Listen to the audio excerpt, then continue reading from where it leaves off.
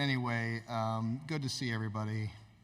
Genuinely appreciate the work that you do promoting our players and the work that you do. I have 3 special players here today, and I'm sure you got a chance to visit with them and tell their story, so thank you. Feel very fortunate to be here. This is my 12th season in the SEC, and now that Coach retired, I'm the longest tenured coach in the SEC, and I feel old. It's a lot of years. I know Kirby talked about it. The years are there, but the miles are long and all that stuff, and I couldn't agree with them anymore. But very blessed, very fortunate, have a very good football team, and just like everybody that's sat here, I'm sure, is excited because once this time gets here, it's time to go. People a week or two ago probably said, "Coach, you ready to go?" I'm like, no, not really. Not ready quite yet. Need a minute, need a moment here to decompress. It's shorter and shorter off seasons. But once we get here and we get going, we get talking about it, get prepared for this, it truly, like our internal clock goes off and it's time to go. And excited about this team and excited about the year. Thank you. Great. We'll start here on the left, second row. Coach, Leanne Herring, Rebel Walk, Oxford. You touched base earlier on the main room about starting the SEC schedule earlier, home play. But if you take a look at your road schedule, you kick off things, Ole Miss, go to Florida, Tennessee, come back and play at Texas. Is there any adjustments that you're making this off season to better prepare your team to endure that tough road schedule? You mentioned about sustainability, durability. Can you kind of touch base on those things as far as how you're approaching the road schedule? If you look at it, as a whole like that, nothing in particular about going to Oxford for the first road game, right? There's just too much to do in between there. I think that's something that I've always had to deal with and manage. Like last year, we had a build-up. We had a lot of non-conference, and then it was just a long stretch of SEC only. Well, that takes its toll in a different way. You have to be prepared for it all. I think we constantly look at ways. I've been in the sports science for a long time, probably too much early on. And so you look at things to prepare your team the best way you can. It's important games. You're starting the season with some important games. But for us, every game is, equally as valuable. They're all tough. It's hard. And you have to be able to, play well in the beginning, middle, and end. And so that doesn't mean it's very easy, but we constantly look at ways. There's nothing like drastically that I can say right off the top. You better be prepared. Left side, front row. Hey, Coach. Hey, good to see you. Good to see you there. AP Stedham, AP and Kelly, as we see at syndicated radio. Coach, what lured you to Brock Vandegrift? Did you have a history with him maybe in recruiting, and what are some of the attributes that you think can help your offensive program? With Brock, the first thing was we've been, as we've had a lot of pro elements, to our system. And coming from Georgia, he was coached extremely well.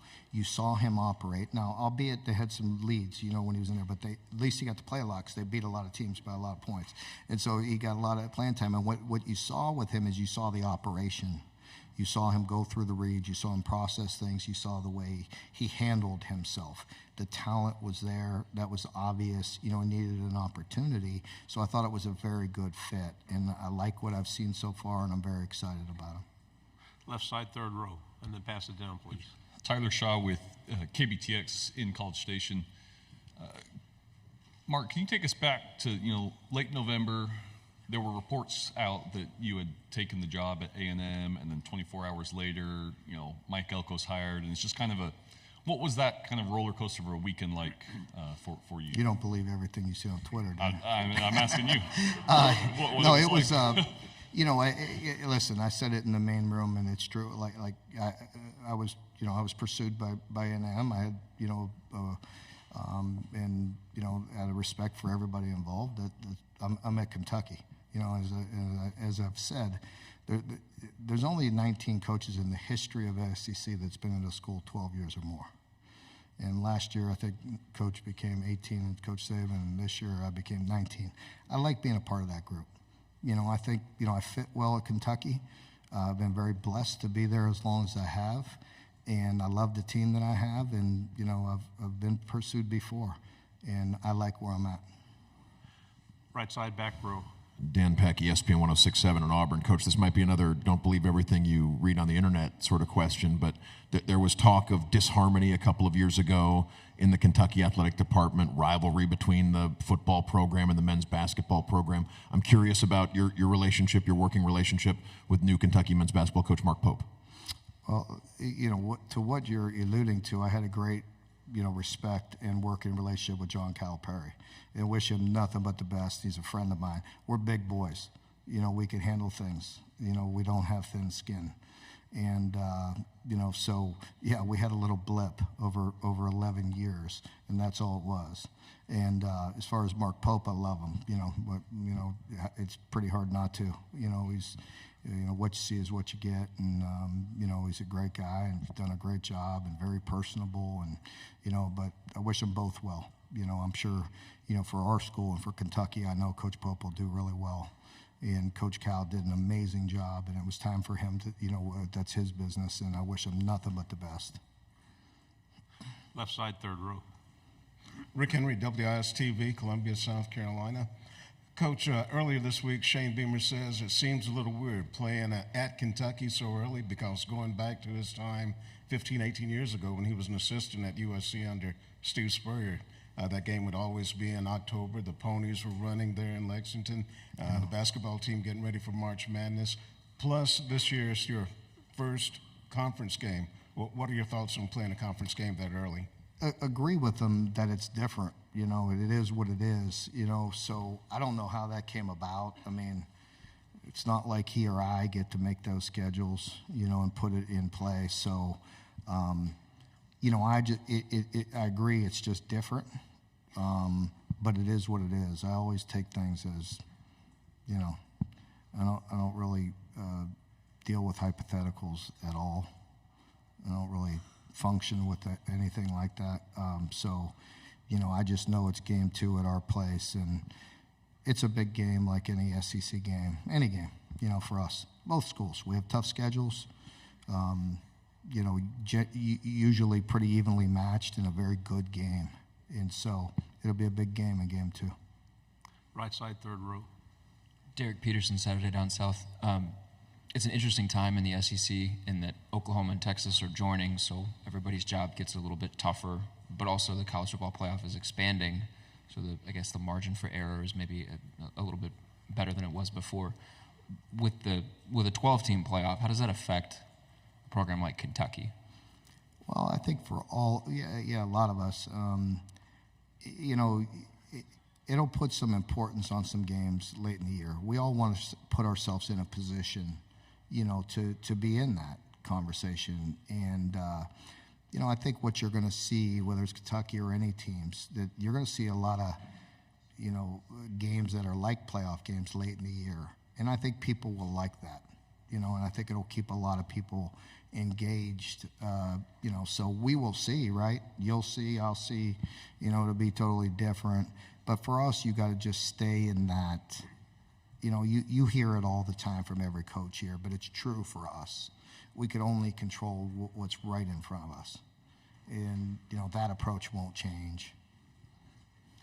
Right side, back row.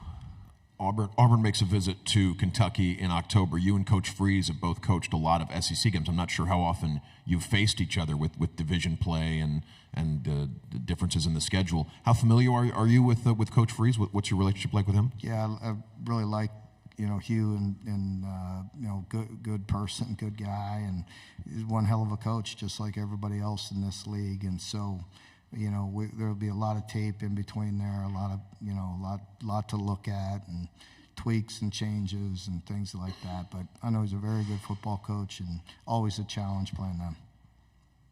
Go right here in the front row. Coach, you have some veteran wide receivers. What would you like to see from them this year, bringing in Brock Vander? Yeah, I think, the big thing for those guys is 2 of the guys that have been starting for 2 years, they're just going to be true juniors. So last year, I think everybody, including them, it's like, you have your little success as a freshman, and you just think it's just going to roll out there and have the success that you want. So I think just maturity, they've worked really hard. I'm very proud of them. Going into their third year, you add a guy like Jamori Macklin, you know what I mean? He's got a lot of reps under his belt and a good player inside. And so I feel like, amongst some other good wide receivers. So I'm excited about that group, and have a new receiver coach in DeKeel Shorts, and he came from Houston, and he's a young guy but he's very demanding. He's a guy that has a good relationship, but he's no nonsense. He's business, and he works hard. The guys respect him. So we need to make a jump in that room. Two final questions here in the aisle, then in the back. You mentioned it in the main room and again just now. You've been at Kentucky for a long time. You're not going to stay at the SEC for a long time if you don't have something that's sustainable. So you've built a sustainable program. What are some kind of tenets that have to be in place to have a sustainable program here? Well, you got to have great support. I mean, you're not going to do this alone. You got to have great support from your administration, and I've been blessed with that. And, so the resources have to be there. You have to be able to, have great people around you, great administration, great fan base. And, for me, it's just being authentic, being who I am. You're not going to fool anybody for 11 years. You're not going to fool your team, media, people, fan base, and I've never been that way, like me or not, it is what it is. And I always feel, I always try to treat everybody with the respect that they give me. And, and it's been a great relationship. And, I've been fortunate. A lot of good coaches, a lot of good players through there. And, I feel like, ultimately, and it's not just speak, you're proud of the way you affect young men's lives and help them be successful, not just in the NFL, but the thing we're all striving for is just affect their lives and, have them be successful people. Final question. Gabriel with the UK Sports Network. This kind of follows up, Mark, on what you just mentioned. Upstairs, you talked to us about what the three guys you brought mean to you and your program. Well, in this room, they were all asked what Mark Stoops means to them. And they talked about the fact that, fundraising aside, you were always there for them. One of them called you a second uncle and things like that. What does that mean to you? It means everything to me. That's what we're here for. When I sit behind my chair in my office, I tell them, I sit in that chair for them. I'm blessed to be there, blessed to be the head coach, but I work for them. Yes, we have to lead. We have to put them in a position and give them guardrails and, give them the food to be successful, and the medicine to be successful. But I work for those players. I love them. I'm here to help them in every way I can. And, I'm glad they still feel that way about me, because I am the only thing I'll say negative, really, I think all day I did a pretty good job. The only negative thing I'll say is that in this world, it does take me away from them. My job is to be there for them. And I am distracted with raising money. And that sucks. And some people don't have that problem. I do. And so what? That's my problem. And I'm addressing it. I'm working on it. But it does take me away from the players that I love. Coach, thank you very much. Thank you. Great job and good luck. Thank you.